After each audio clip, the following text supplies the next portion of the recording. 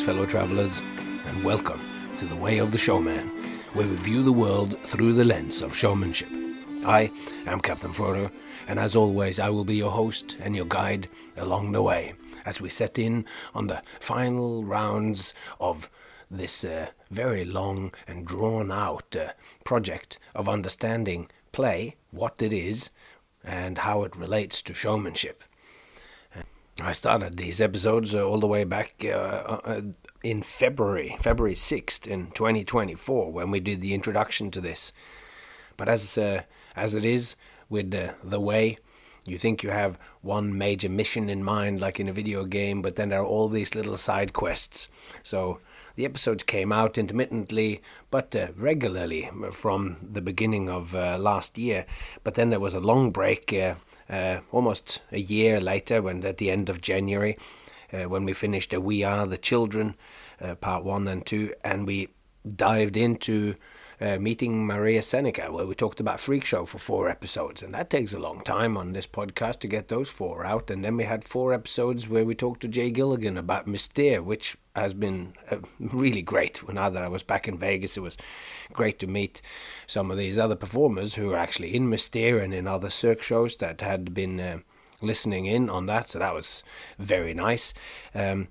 So, hey, for as much as we went on a side quest into 2 side quests there, Chris Canfield brought us back on track in episode 136, and since then it's been all showmanship and play, because it was really exciting for me to have a man such as Chris Canfield having directly citing my work as an influence on the show that he did, the games we play, which has actually been performed since last we spoke, so it'd be good to catch up with him, work out what he is up to and how that show went.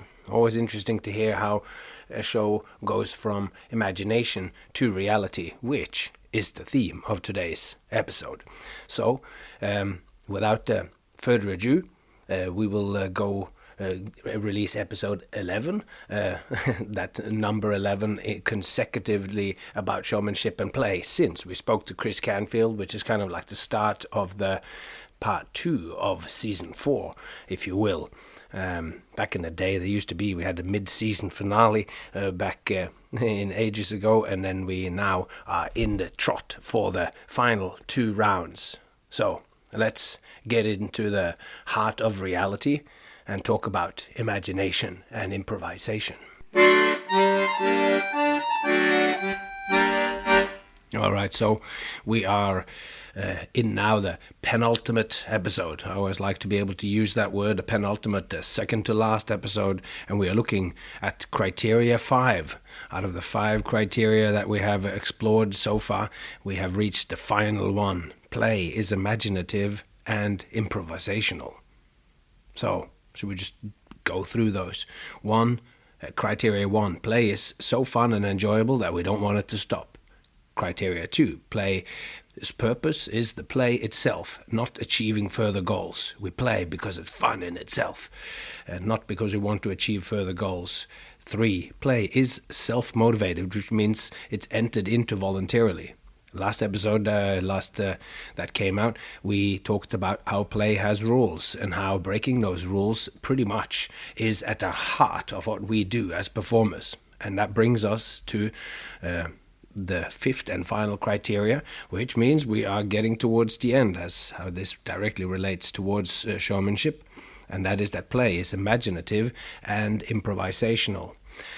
But I think I will approach this final of the 5 criteria for play a little differently than the others. I won't be focusing so much on showing or arguing how imagination and improvisation can be beneficial in our work as performers, as I feel that the deep and necessary role for this, for any creative performer, is rather self-explanatory, and in the previous almost 30 episodes we have already explored this deeply. So, because if you make your living creating and presenting your creations for people, be they spectators or readers, you have to use your imagination every step of the way.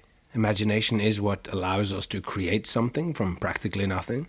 When a feeling, like a simple sentence or an encounter with nature or culture, triggers a creative impulse in us, and we begin the process of making this impulse into a work of art.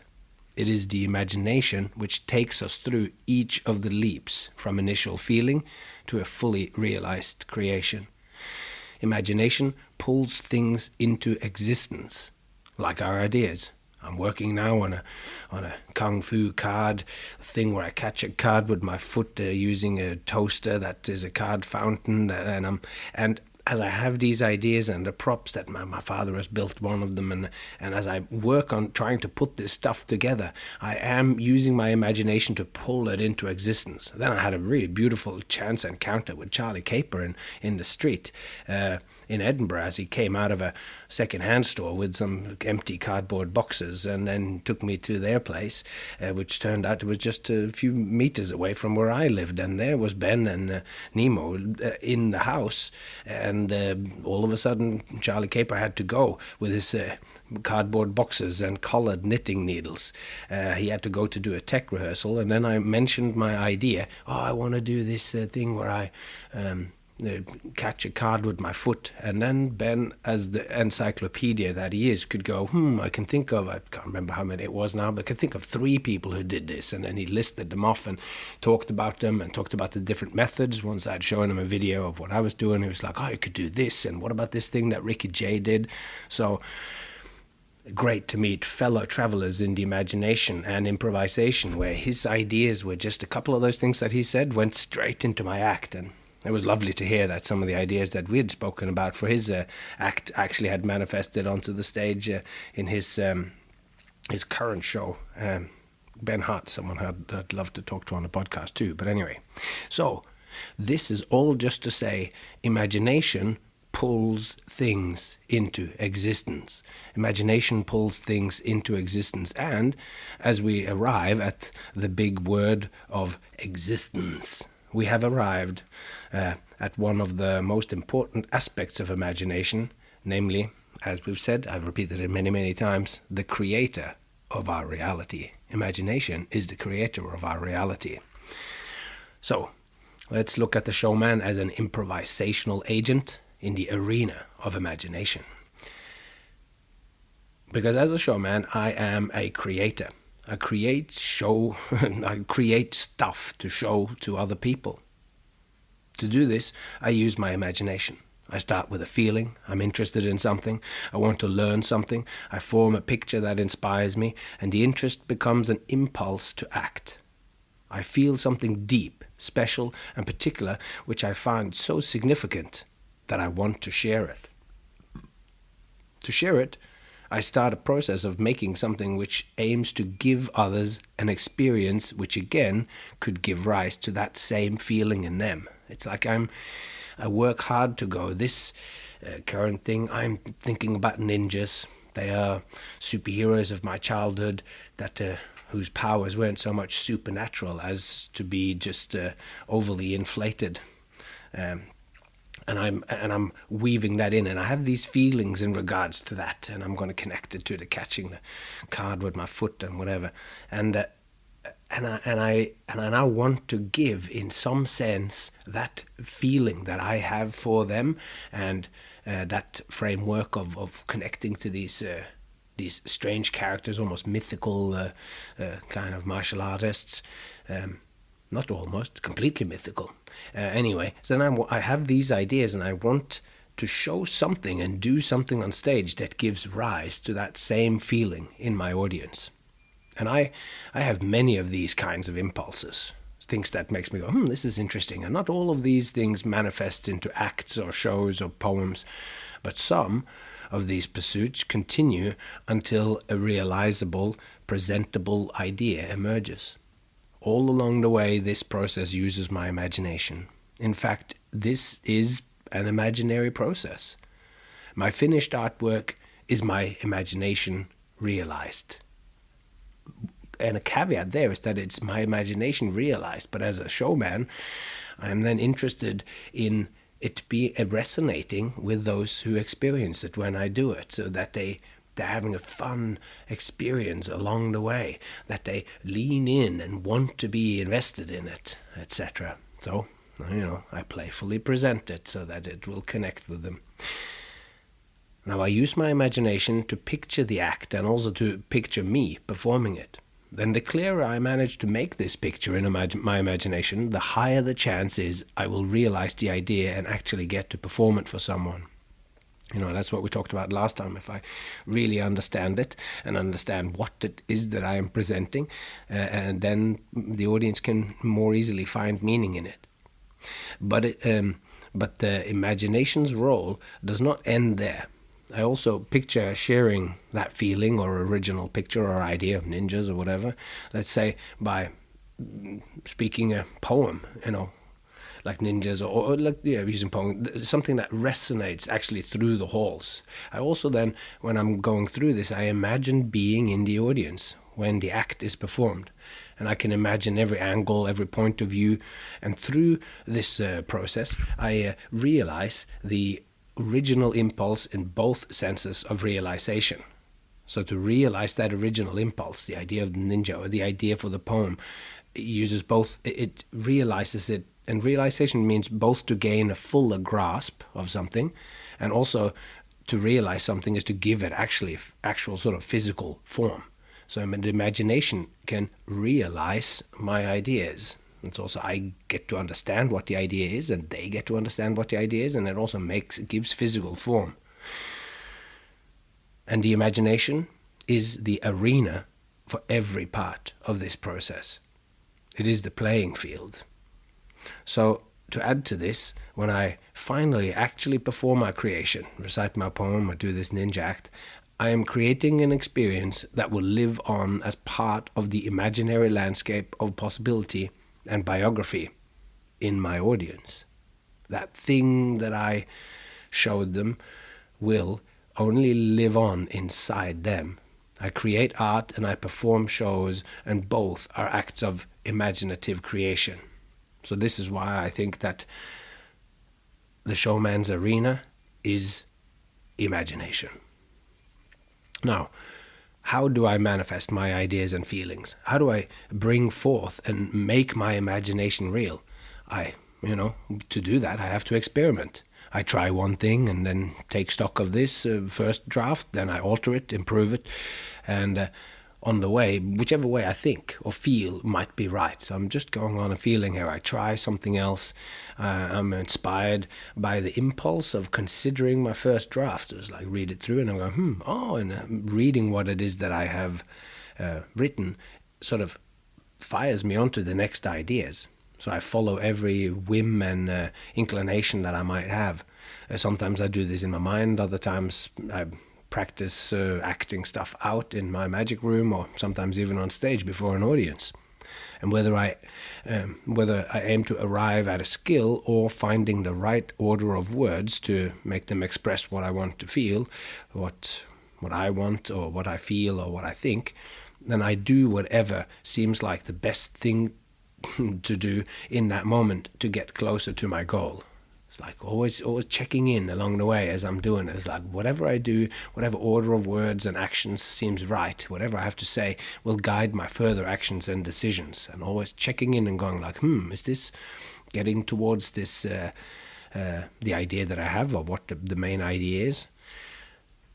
Mixing ninjas with magic or whatever it is.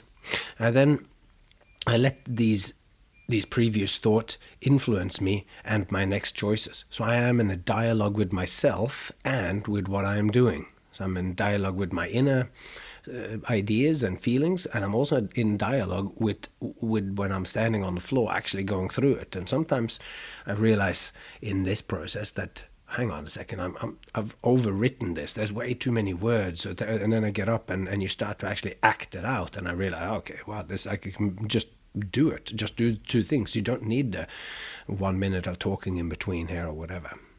So sometimes, quite literally, by writing out questions, if I'm reading a draft and then I'm sort of get stuck, I'm actually, or when I'm wondering something, I don't actually write the questions to myself. I look over whatever draft I'm working on, and when I get to a place in the text which doesn't make sense or where I want to expand, then I actually ask myself, what the possibilities are for expansion in this text at this moment. And faced with an actual question where I'm writing, well, the cards are connected in my ninja thing. The cards are kind of connected to the ninja throwing stars. And then I'm going like, how are they? How will I make them connect to this, and how difficult it is to catch a card or whatever, which links into what Ben Hart pointed to when I talked about throwing cards. But anyway, and then when there's an actual question written on the actual page that I'm writing, and I'm sort of faced with an actual question, then I'm forced to write myself an answer. Like, sometimes even the asking of the question is enough to make me know how to proceed. And asking a well-formulated question is, I have come to believe, that's often you're halfway to the solution.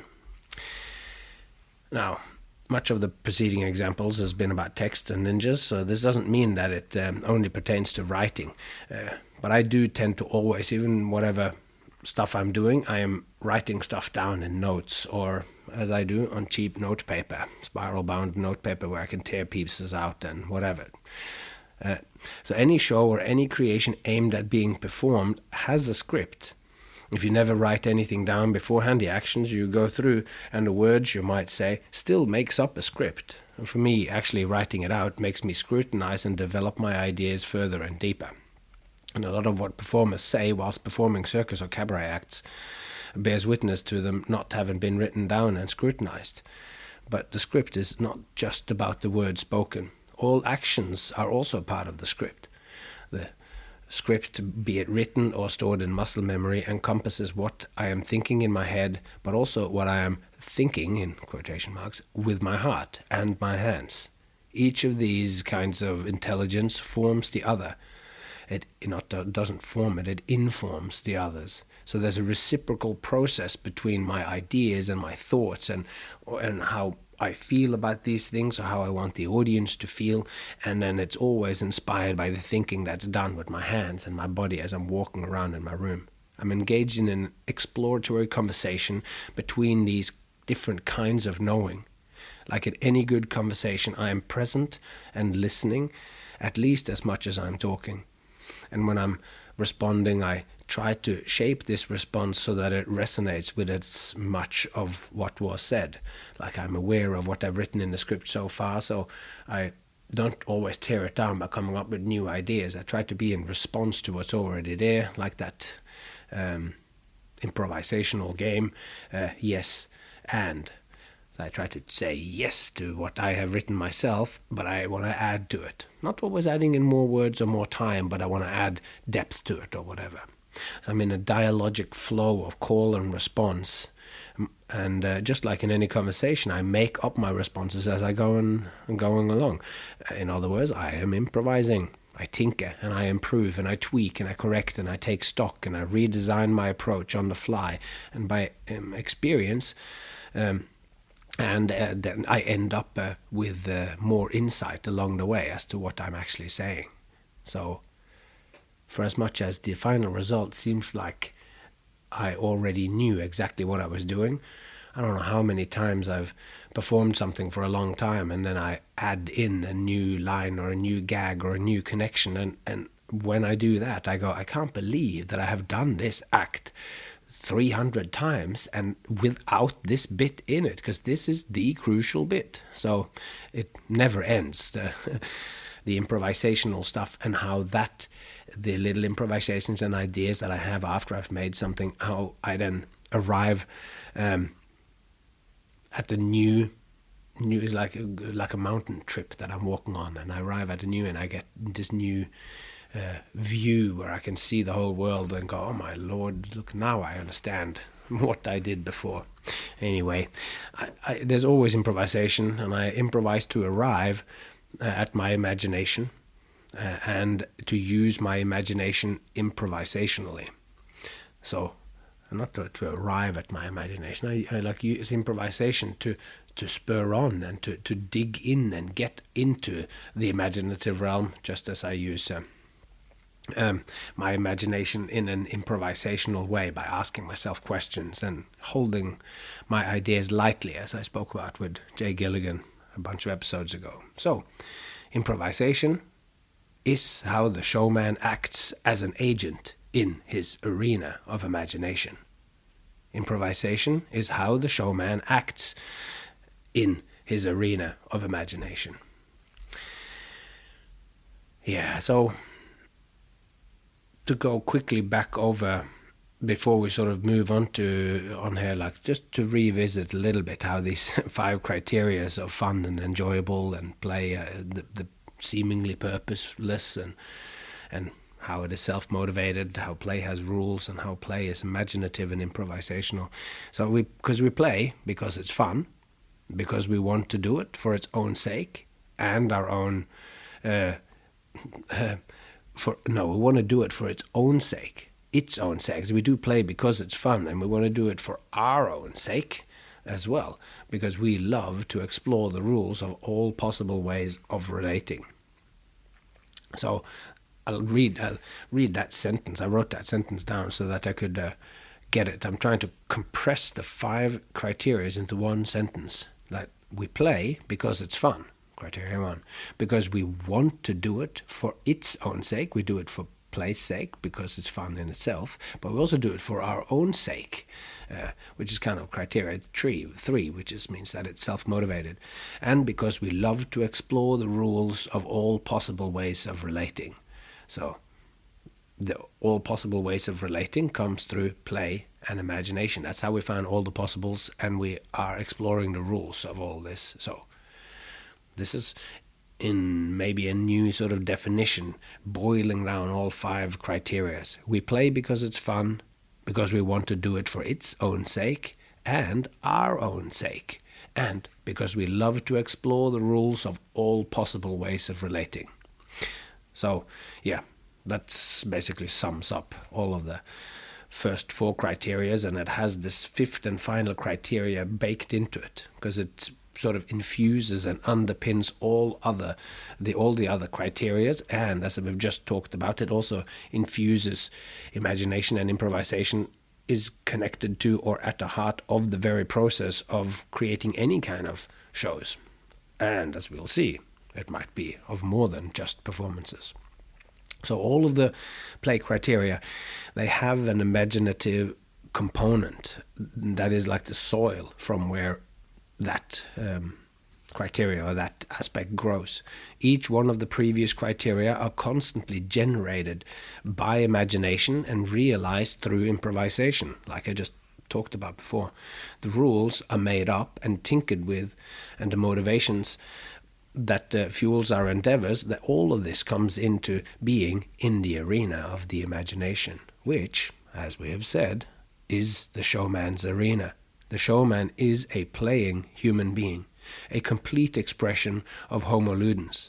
Imagination is the showman's playground, and in this playground he acts through improvisation, by making it up as he goes along. The showman's particular imagination seeks to explore and discover the best games to share with his particular audiences. And this is the imaginative improvisation that we engage in when we make work. We sit down to write or get on the floor with our props and ideas, and then we follow our bliss as we play. We follow our heart. We let ourselves be carried away by what we say and do at this playground of ultimate freedom. The arena of the showman, that is, the playground of ultimate freedom. To follow one's heart is to be guided by the principles of play. This, then, is our point of contact with the world and our fellow sentient travelers in it. Each of us are individual expressions of what is possible for human beings to be. We're all players in the game of being human. Each of us are individuals, but also human. The traits of play are the traits of our shared humanity. Our preferences varies, but only like the waves of the ocean. The ocean is one body, even as the waves of the surface always manifest themselves differently, each wave completely unique, but still part of the ocean. We all surf those waves, and this is where all differences in human culture and interest is found. But just beneath this surface of constant roiling fun and ever-changing waves, we share a deep human sameness in the love of play. And here comes a quote. Man only plays when he is, in the fullest sense of the word, a human being. And he is only fully a human being when he plays. Friedrich Schiller wrote this back in 1793. Yeah, let's try and read that one more time. Man only plays when he is, in the fullest sense of the word, a human being. And he is only fully a human being when he plays. Friedrich Schiller. Now this is the credo of the showman as a representative of the fully realized human being in both senses of realization. That we're only playing when we are human, and we're only fully human when we play. If we then, as show folks, if we are if we are representatives of mankind, then we are fully realized human beings. We're both realizing it in coming to terms with it with our mind and grasping it, but also in the sense that we are making it real. But after all of this stuff here now, imagination is such a huge thing. So what kind of imagination are we talking about here? And I want to this is getting more and more existential, or we're getting deeper into everything here. So, because, imagination is a super complex word, and it has many meanings. And it's often used in a sort of belittling way, like when we say, you're just imagining it, or you just made that up. Used in this way, it denotes an escape from reality into mere, in quotation marks, just make-believe. This is not the kind of meaning that I'll be focusing on. As truthful as this meaning is in certain contexts, there are other deeper ways, though, to understand imagination, and that is to understand it as the human faculty which quite literally brings the word into existence for us. Now, I want to talk about something great that the poet Samuel Taylor Coleridge wrote about. Coleridge, the guy that wrote the Rime of the Ancient Mariner, the famous poem. He was also quite the philosopher, and in his book Biographia Literaria from 1817, in chapter 13, he made a strong distinction between these two aspects of imagination that we just talked about, the just make-believe and the human faculty which brings the world into existence for us. And he used the word fancy to denote this first mere make-believe. So he goes, he called this mere make-believe, he called that fancy. And he reserved the word imagination for the latter kind of fundamental creation, or as he's called it, the living power and prime agent of all human perception. And that's how he expressed it. So let's look at both of these two aspects of imagination, fancy and imagination. Let's start with fancy. So what distinguished fancy, according to Coleridge, is that it is not really bringing forth anything truly new. It is much more connected to memory. It is the act of taking content from memory, of ideas had, situations lived, emotions felt, etc., and then combining and recombining these in novel ways. Elements of memory are dislodged from their specific occurrence in time and space, and then they're placed together in a mosaic, like puzzling together Lego bricks. In this way, images, actions, or ideas fuse together into new ideas. We create these mosaics with our choices. We can freely connect elements from our consciousness in whatever ways we want to recombine them.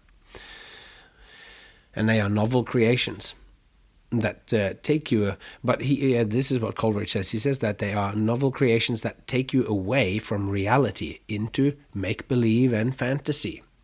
And for Coleridge, these recombinations and flights of fancy can be valuable in their own right, as escapes from reality into stories and jokes, and simply switch off and relax, which of course can be both useful and also necessary.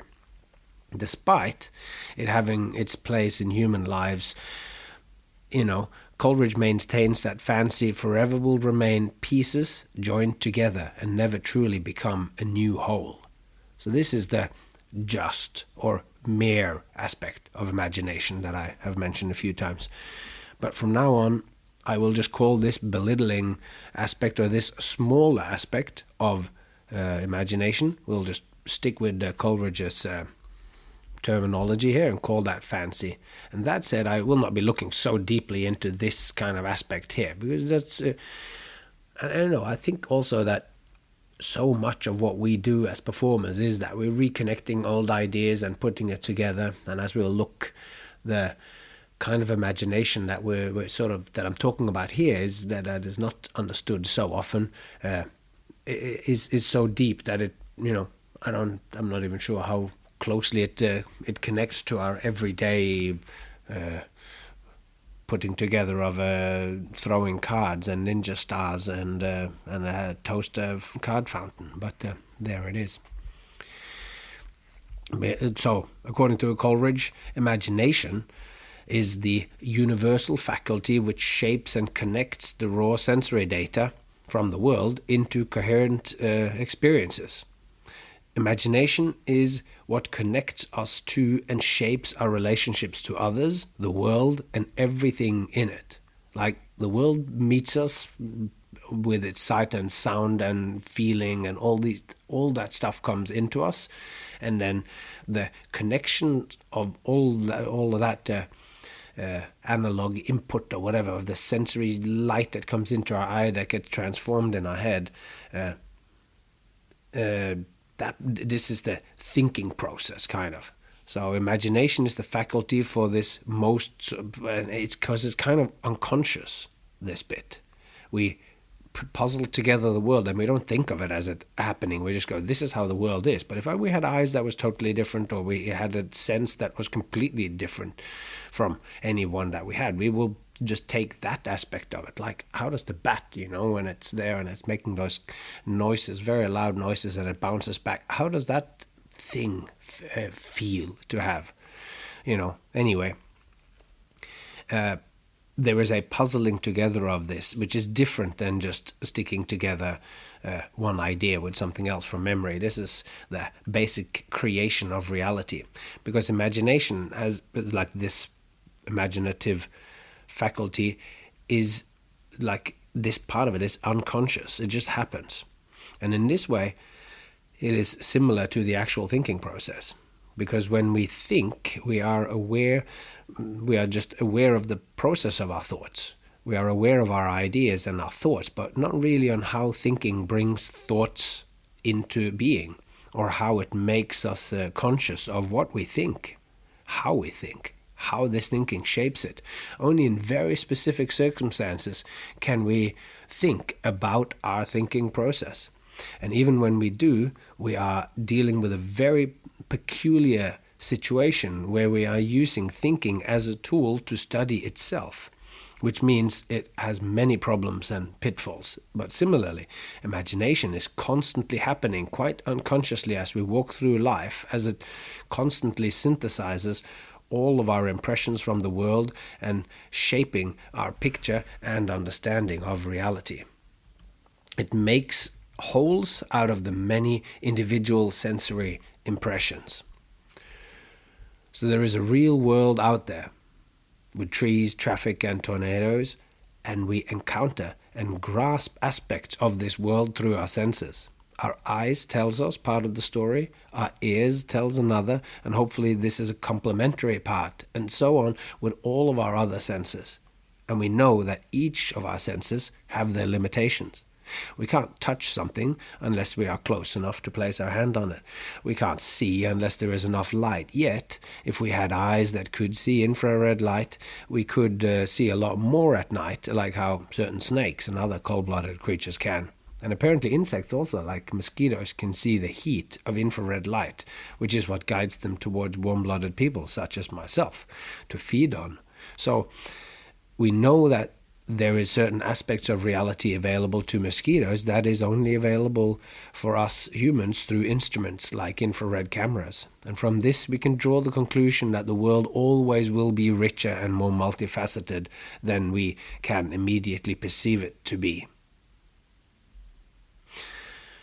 Yeah, I'm realizing here that I'm, of course, going very deeply into philosophical things of trying to distinguish what thinking is, and that thoughts are just a product of our thinking and all this. But I find these to be, like, when I really look at what imagination is, I find Coleridge's idea here of imagination as like bringing reality, like this is the level one of it, where we are actually encountering just the world and then it shapes it into what we experience. I think this is really important when we deal with, when people go, oh, do you have a real job, or is this a serious thing? And they're going like, oh yeah, we are dealing directly with imagination. And I'm aware that a lot of the time we just deal with fancy, but we also deeply go into the imagination in the Coleridgean sense.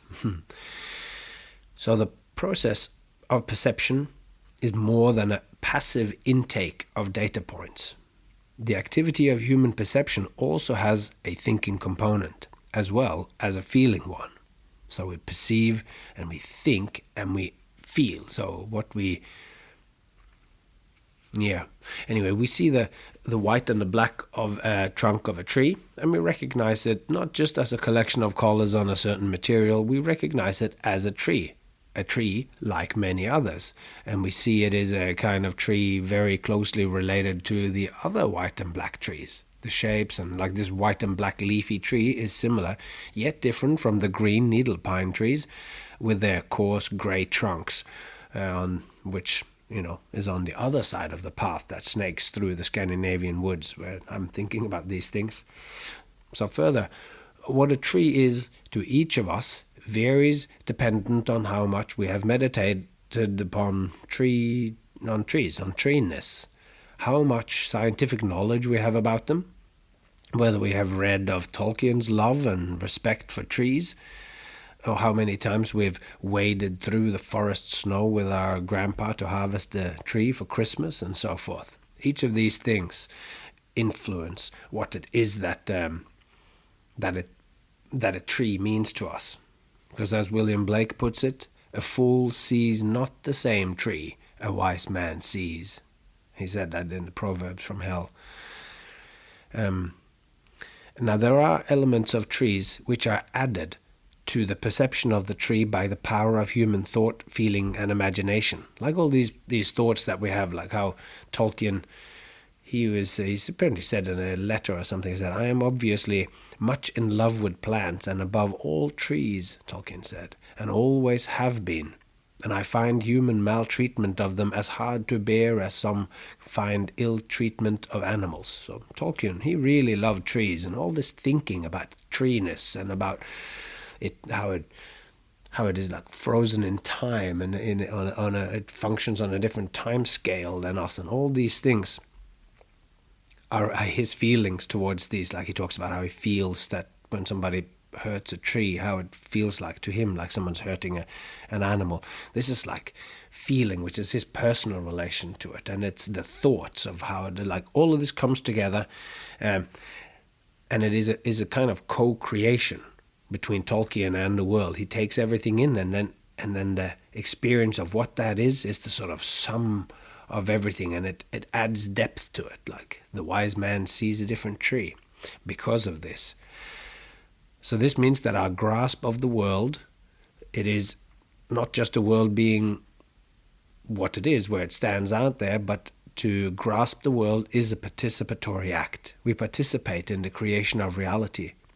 And this is that thing of that thinking happens and we're only aware of the thoughts, because we rarely remember this, that we are participating in this creation, and that when we look at the tree, when I look at the tree, it's different from when my daughter looks at a tree or whatever. So we don't really remember it, but I believe it to be true.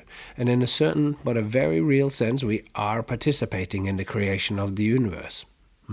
That's a big thought right there, because the world becomes present for us half through perception and half through imaginative creation. Perception is always underpinned by imagination. We string together facts of perception into a necklace, where the string they're all threaded on is imagination. We see the world we expect, or get the world we deserve. Everything depends on the amount of and kind of imaginative attention that we engage in. This participation in the creation of our reality, Coleridge calls primary imagination, which he describes as a repetition in the finite mind of the eternal act of creation in the infinite I am. What about that? That's a crazy sentence. He says that imagination is a repetition in the finite mind, that's our mind, of the eternal act of creation in the infinite I am. That means he imagines our human imagination to be a reflection of the active, creative process in the nature of God, the I am.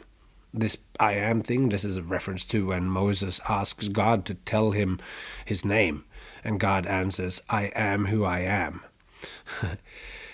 In other words, this kind of imagination, primary imagination, is a sacred act. So, this is pretty serious stuff. Not at all an escape from reality, but rather a sacred participation in reality. So, I just threw in that little thing about calling it primary imagination, because, Coleridge, he divides actually imagination.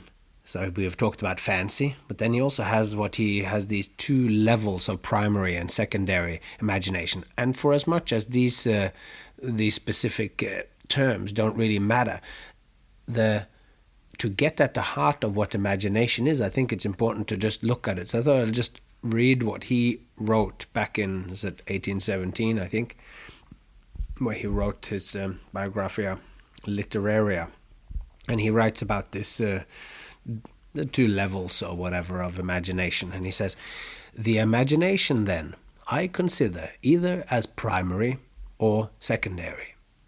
The primary imagination I hold to be the living power and prime agent of all human perception, and as a repetition in the finite mind of the eternal act of creation in the infinite I am. So that's what we just talked about up until now. This is that. But then comes, continuing the quote, the secondary imagination I consider as an echo of the former, coexisting with the conscious will, yet still as identical with the primary in the kind of its agency and differing only in degree and in the mode of its operation. It dissolves, diffuses, dissipates in order to recreate, or where this process is rendered impossible, yet still at all events it struggles to idealize and to unify. It is essentially vital, even as all objects, are essentially fixed and dead.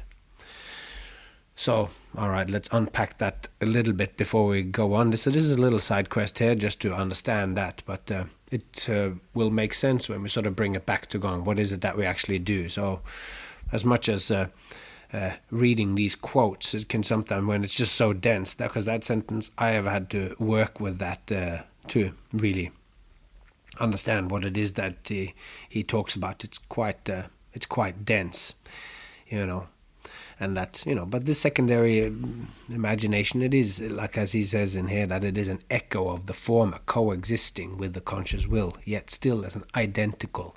It's, in the primary sort of, anyway, I'm getting lost here I'm just going to continue on, but don't worry too much about that quote. You can always find it if you wanted to dig deeper into it. But the first aspect of true imagination, as opposed to fancy, for Coleridge, is to create a reflection in our mind that captures actual aspects of existence. It sees the black and white patterns on the trunk, and it sees this is a birch tree.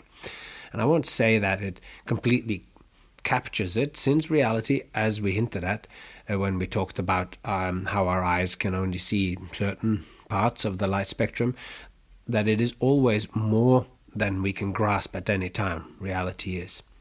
But I would still say that our acts of perception, mind, heart, and senses included, captures reality, not fully, wholly, and final, but reality nonetheless. When we see a bird grab a stick off, when I see him grab a stick off my lawn and fly up into the trees behind my house, I believe I have caught a glimpse of reality and that it's beautiful. And this is an example of a primary act of imagination. I am connected to aspects of reality through this act of participative, imaginative creation. Seeing that, which actually happened, I could see the trees from where I'm sitting and writing. I can see a bird grabbing it, and I can see where it flies up into the tree, and that it's a magpie that is jumbling together these sticks. And I'm connected to these aspects of reality through this act of participative, imaginative creation. I am encountering reality. And, when you dig too deep into imagination, you can sometimes lose track of what's real and what isn't. So, Coleridge's secondary imagination, I think why I'm even talking about this is that I think that this lies at the heart of poetic creation, which is what we are engaged in when we take the art of showmanship seriously. Because this first part of just seeing something and creating an image of reality, an imaginative image of reality in our mind, this is not quite, we're not functioning quite on that level. So that's why I'm bothering to talk about this secondary imagination. Because the secondary imagination is not quite as fundamental as bringing the world into existence, but it is not just sticking one thing next to another and following a preordained path either, which is what Coleridge calls fancy. Secondary imagination is possible for all human endeavors, but is prevalent in great artworks, which is the example that I will use. Because it is a more active and conscious process where an artist reshapes and transforms reality, but not just by passively reordering elements. It is more of a digestive process where impressions and feelings and ideas gets taken into the artist, into me for instance, and they're then assimilated through this process. They're also being then transformed, assimilated, and through the process transformed into a new whole. And this process is more organic than mechanical, Coleridge reckons. It's an example, like an example could be Vincent van Gogh's Starry Night, which is not a straight-up imitation of a starry night. It is a starry night painted after being digested and processed by Van Gogh. Not just in his mind, also like through the actual brush, through how he did everything, his skill with his hands, with his emotions, with... It all comes out as a whole, where emotion and expression is the important thing. The swirling sky is no longer passive and general. It becomes infinitely specific and personal. It shows us the starry sky as we might have glimpsed it in the cosmic horror of H.P. Lovecraft, as a painted manifestation of the great indescribable mystery, fascinating yet terrifying in the same instant. Exactly what the painting means, or the scope of what emotions it can stir in us when we take time to imaginatively live ourselves into a viewing of it, can't be easily summed up, and that is the point. The world is richer, we've been referring to that. The world is richer than what we can grasp. So whatever you can say about Vincent van Gogh's Starry Night will not once and for all define it. The nature of great works of art is that they continue to speak to us. They are well springs of meaning, and they do not run dry. In literature, we can see this in how each decade or two we need a new translation of masterpieces from other languages. For inevitably, translations will be the products of its time, and by the interpretation of the translator, they will speak particularly to the specific era of humans that read that translation. Then, after 15-20 years, a new translation will come along and give new generations of readers layers of meaning that reveals a truth to them more apt and well expressed than the previous translation. Whilst literary masterpieces like Goethe's Faust or Saint-Exupéry's The Little Prince will continue to inspire new meanings and new wonderful translations. I just bought at a shop here in Haugesund, Norway, called The Little Bookshop, who sells English books. I just found a new translation by one of the person who has translated Goethe's Faust, and who recently have retranslated it, because he was, as soon as he got his copy of what he had written, he started to go, maybe this is different. Maybe Goethe was going this. Maybe I could change this. And thus, this is now a dude who has 15 years on, 20 years on, has reinterpreted his own interpretation of what Goethe had written into a language that we can understand now.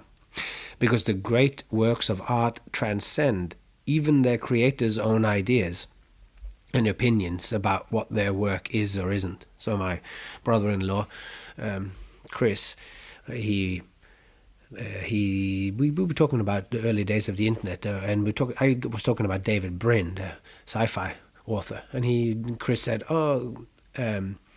that he had a discussion with him a long time ago on the internet about whether the Lord of the Rings was about the world wars and whatever, and I was going, well, he would, and Chris thought it was, and David Brin thought it wasn't, and I thought that the reality is probably somewhere in the middle, that there is definitely pictures, because Tolkien was involved in the war, and there's no doubt that lives on in him, but I don't think that was the story that he wanted to write. He didn't want to write an allegory of the world wars.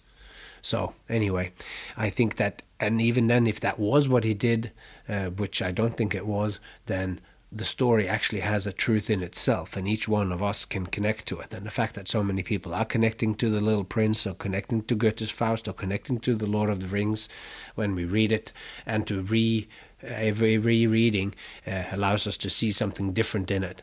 That, I think, that the ideas connected in that story, and the meaning that we find in it, and the understanding that we make out of it, that transcends even the author.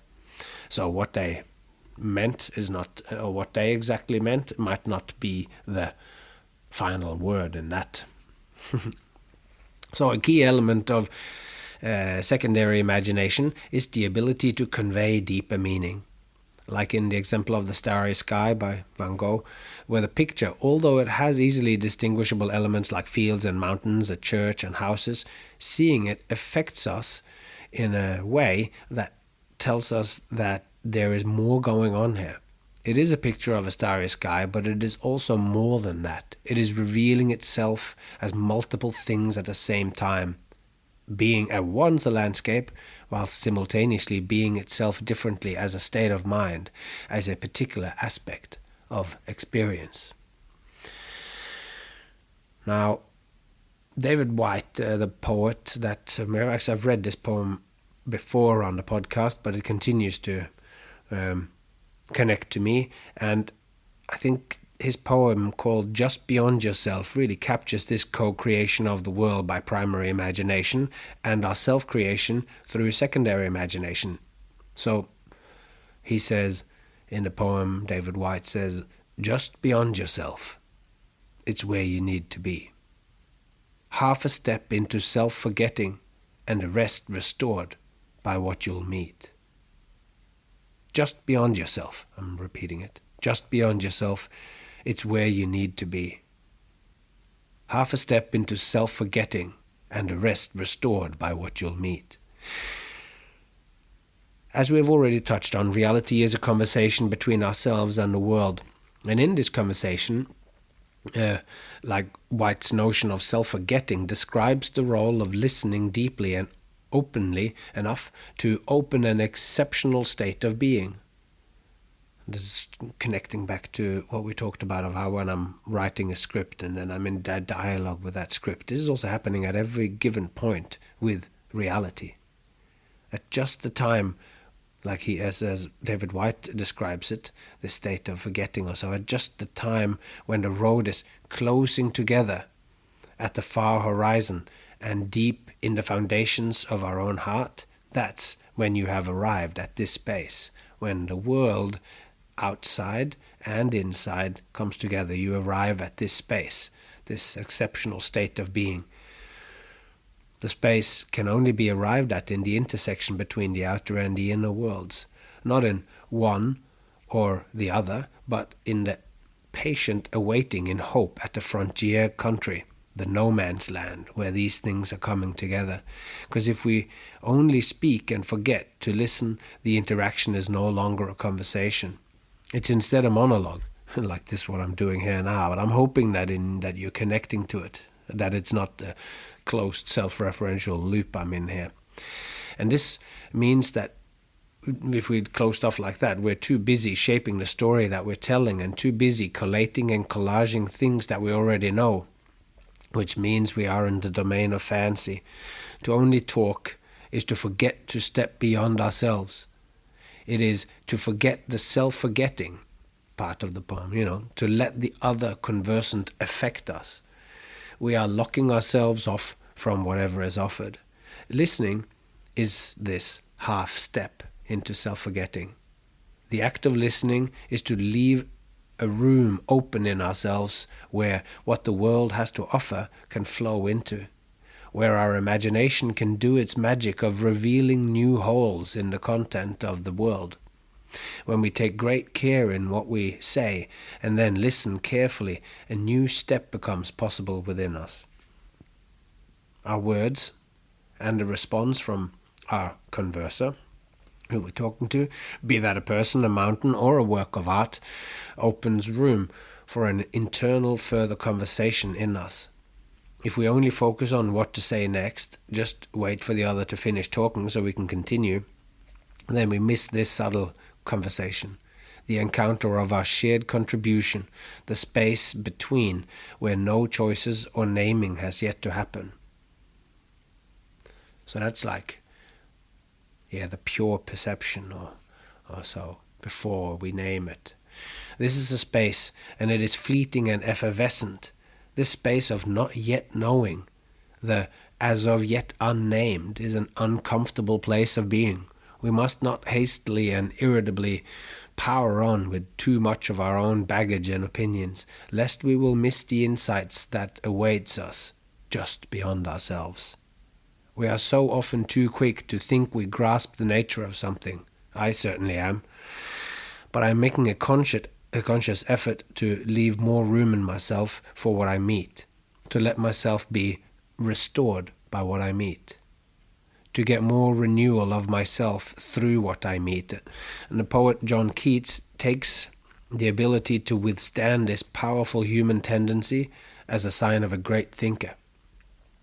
Since it is an act of not doing something, he calls it a negative capability. He describes it as being capable of being in uncertainties, mysteries, and doubts without any irritable reaching after fact and reason.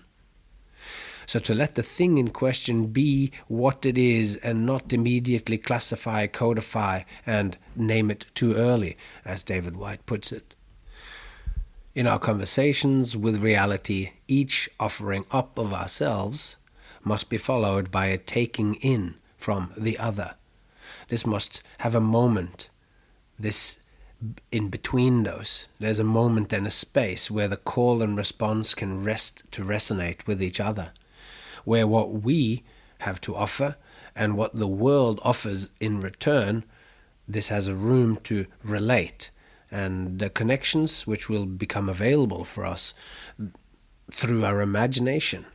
These two things need to percolate a little bit. Another word for conversation is intercourse, and this word is also short for sexual intercourse, from which the most fruitful encounters gives rise to entirely new entities, new life. What's true for sexual intercourse is also true for conversational intercourse in all its forms, spoken or as actions in the world. In this meeting room, where two things are kept alive and in relation without being named, is where there is space to play. This is the space for true imaginative free play. In the true open-hearted encounter of two emerges a third space, a joyful kingdom of play, as Schiller calls it. This is the human playground, where the human being can reach its fullest expression as itself. in the kingdom of play, which emerges in the intersection between the kingdom of forces and coercions of external influence and the laws and moral dimensions that lives within us, where the rules of the outer and inner world combine in ways that are only available for one player in one moment, in one particular space, where they can act according to their own play impulse. In these rare and subtle moments, true freedom enters into the world. I believe this to be unbelievably important, that it is this tiny little space of reality, this is where free will comes in. I don't want to go on that whole thing, because maybe that is just the belief that I have, but I believe that it is this, if there are any freedom, it is found in this particular little, little space of reality, the space between. This is where freedom enters into the world. In this space, which is there before the possible, or the endless possibilities, is actualized into a particular thing. Then we seek the intelligence of play to manifest it. This space is the heart of the kingdom of play. And play is to sit in this space without irritably reaching for fact and reason, and for a stolen moment at least, we can manifest the 5 criteria of play. Guided by our own volition in joyful love of the experience, we can imaginatively wait in hope of glimpsing with our imagination new rules of aspects of the infinite game which we have yet to discover and learn from. So, the manifestation of play of all the 5 criteria, I'm reading this one more time, that it is that we are guided by our own volition in joyful love of the experience, and we can imaginatively wait in hope of glimpsing with our imagination new rules of aspects of the infinite game which we have yet to discover and learn from.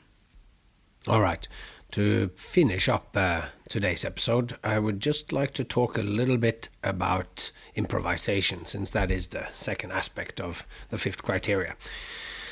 And it's kind of weird, but we can actually be good at improvising. It's kind of weird that someone can be good at making it up as they go along, at taking decisions in the moment. But this contradiction, like many things, is only something which this on the surface seems contradictory. But this is the case. We can be good at it. We can practice taking decisions and prepare to be spontaneous in such a way that we ourselves and or audiences enjoy our choices. There are so many things that steer us, that unconsciously or consciously guides us towards our choices and our inclinations. To take improvisation seriously as a field of study shines a light on how we express ourselves, and also on what lives in us that finds an expression and what happens to not find an expression. To make the process of paying attention, the actual process of paying attention to what lives in ourselves and how we go about integrating this into our interactions with the world as we encounter it, is one of the most valuable pursuits a person can engage in. The process shines a light at ourselves and our own inclinations. We gain understanding of it if we pay attention when we do this. Further to this, it also teaches us how others perceive us. As we go on in our exploration and practice, we get a better grasp on how these two things overlap. We learn what our impulses are that most pleases ourselves, but since we get constant feedback from the faces and sounds and actions of our fellow improvisers, if we're doing this in an improvising class, then we are fed a constant model that tells us how we are perceived and enjoyed or not enjoyed by others. And perhaps this is pertinent to me because my daughter has started doing improvisational theater, and I couldn't be happier. Add to this that it was not something that I got her interested in or pushed her towards, and we have a perfect crescendo of good feelings in an old performer such as myself. Not because I think she should become a performer. I really hope she pursues an education beyond performance so that more options will be open to her. And I always thought I would have an education or even an occupation in addition to my performance. My father loved magic and we performed together a lot, but he always had another job alongside the shows. I've never had that.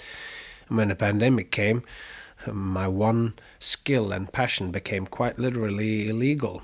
And I rediscovered then the value of an education that can open other doors than the hearts of audiences. No. The reason I am so happy my daughter is getting into improvisation is its ability to teach the exact things of self-discovery. To use Erwin Goffman's phrase, it teaches you the presentation of self in everyday life.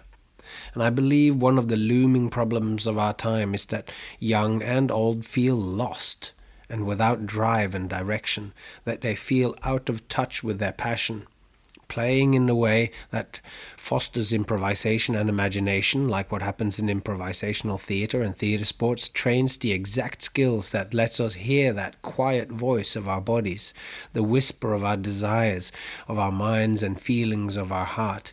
And in this sense, improv can be an antidote to this lostness.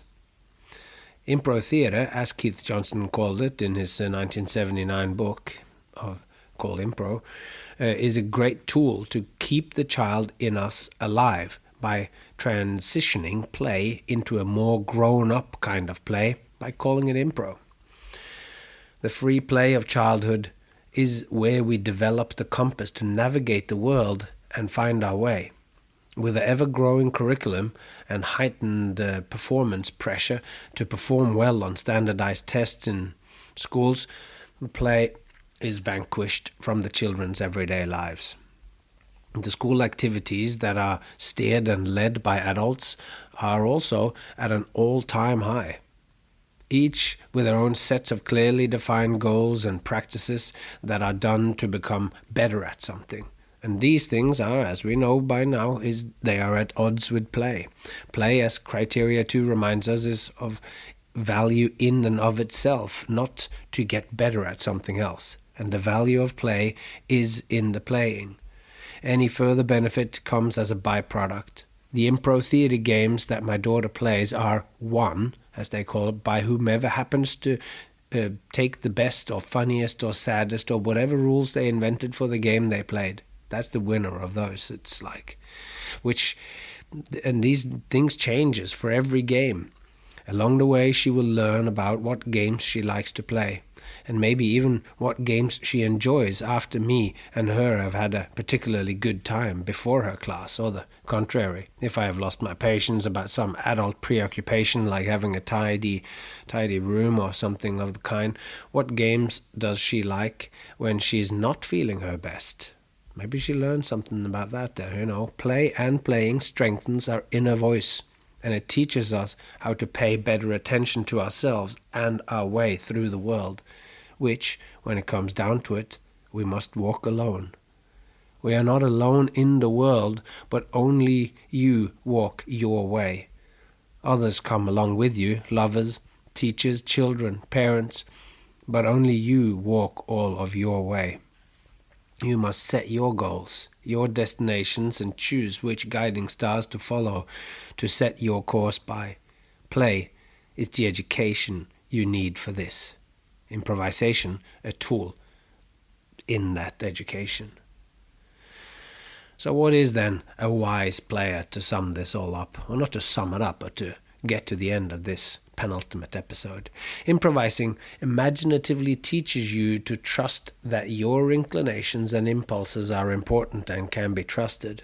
But this is where the practice is important, because there are plenty of impulses one might have that might turn out not to be our true desires.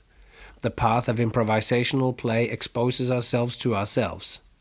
It exposes ourselves to ourselves by having us continually needing to take choices based on our own decisions in the moment. The sum of these decisions, not all of which were the best choices, teaches us what and which of the impulses that emerges from us that actually resonates with our own ongoing idea or ourself. true ongoing ideas. Like what is that we actually care about in there? We took that, maybe we just went for a simple joke in a scene, and then that wasn't ourselves, but it still is somehow as part of us. So how do we learn about the one that we actually want to identify as? So with the choices, you get to take lots of choices, and we look back at those choices and go, So of course the whole of us is one person, but we are also multitudes. Human beings are born unfinished. We're not so much human beings as human becomings. Our entire life is a becoming. We become ourselves, but we become ourselves differently all the time, and in each relationship, be they to people, places, things, or any other encounter in reality, or for that matter in imagination. At the end of the day, making the right choices is the true meaning of the word intelligence. The word is made up of two Latin words, intel, which is a form of the word inter, meaning between, and the Latin word legere, which means to choose or pick out. It's the wise choice. In this light, intelligence means to pick out or choose wisely between all the options. And being mindful and practicing how to choose wisely is then the definition of intelligence. So this is what we find at the heart of improvisation. So, fancy and imagination are then in the eye of the beholder. It's hard to work out. So let's just finish it up by looking a little bit at these two things that started it all, Coleridge's ideas of fancy and imagination. Because exactly how can we distinguish between mere fancy and a true poetic creation, which Coleridge calls the secondary imagination? As far as I can tell, this is extremely difficult to work out. Fancy being created out of slapping things together, and secondary imagination being the result of a more organic process, as he describes it. This, I think, is actually indistinguishable. Some examples, like a clown in a shopping mall wearing a yellow plastic clown wig, handing out badly made balloon poodles to children whilst their parents sloth about buying stuff, might be on one end of the spectrum, whilst Mary Oliver's poetry, Beethoven's music, and the films of Milos Forman might inhabit another end of that same spectrum. The plastic clown slaps together elements which adds up to a collage of clown. The shopping parents would be right if they called him a clown, yet he would be nothing more than a caricature, an empty placeholder for what a clown can be. He is the reason why parents think clowning is childish.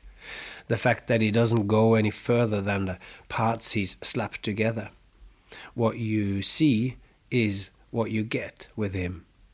He is what he looks like, a shallow grease-painted face with a plastic red nose in the middle of his face. If we scrape the thin layer of white off, it will reveal the face of a person that's pretending to be the clown. The very shallowness and inability to move you deeply makes him an example of fancy. Yet, with the great clowns like Slava Pulunin, famous around the world for his snow show, we immediately see through the simplicity of the wild-haired clown into the joyous kingdom of play. His bed becomes a sailboat, and effortlessly he brings our subconscious alive. He breaks down the hardened barrier between the real child that you were and the child that still is alive somewhere inside you. He shows you that clowning is not childish, it is childlike. The key attribute, of course, of being childlike is to be playful.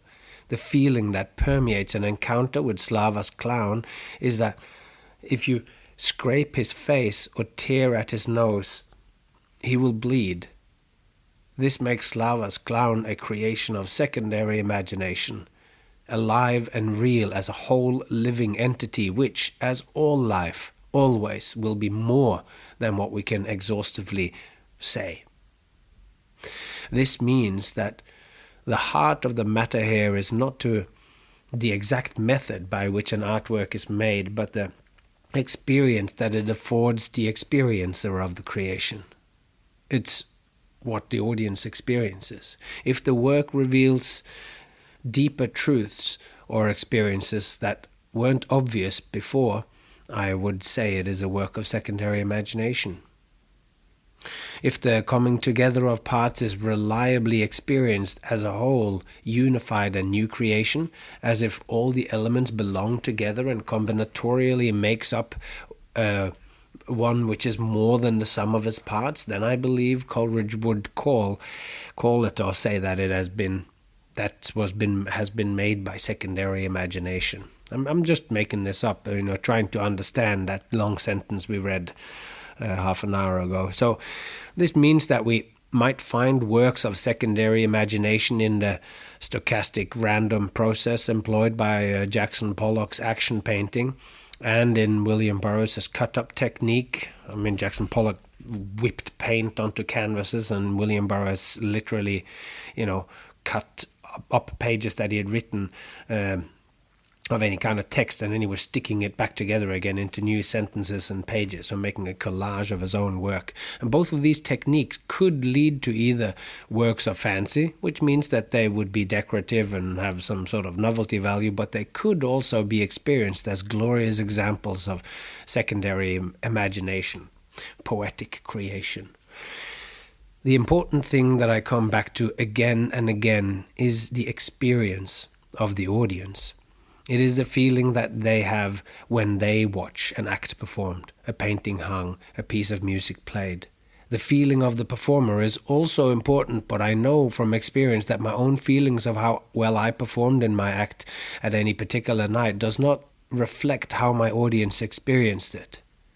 I have had nights where I was deeply unsatisfied by my work, and upon exiting the big top, I am faced with spectators that with no lie in their fire tells me how much they enjoyed it.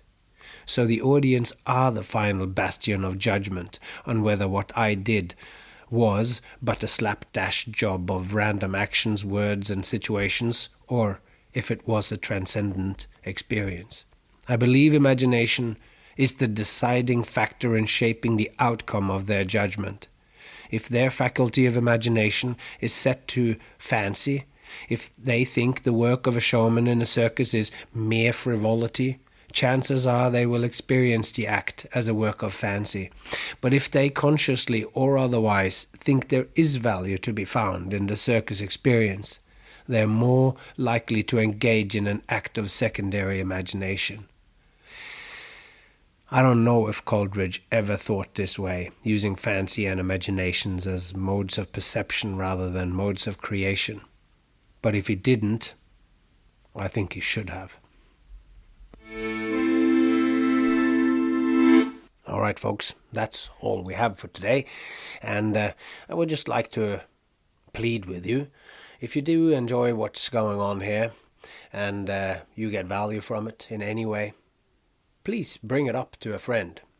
Tell a friend that the podcast exists and that you like it, and point them towards it. I would be very, very grateful if I met you in the street, maybe in Edinburgh, maybe in Adelaide, maybe someplace out walking in the forest, and like has happened, where people go, "Greetings, fellow travellers," or give me a little quote from something that I say. It still pleases me to no end to know that there are people out there who are listening to this and that gets value from it. And I would love for more people to find out about it. And since I am so absolutely terrible to a fault in remembering to tell people or to send out stuff on the internet about it, I am relying on you to be my ambassador. Show people, point them towards the way. And on that note, until next time, take care of yourself and those you love, and I hope to see you along the way as we get to the final and exciting episode of this play and showmanship journey.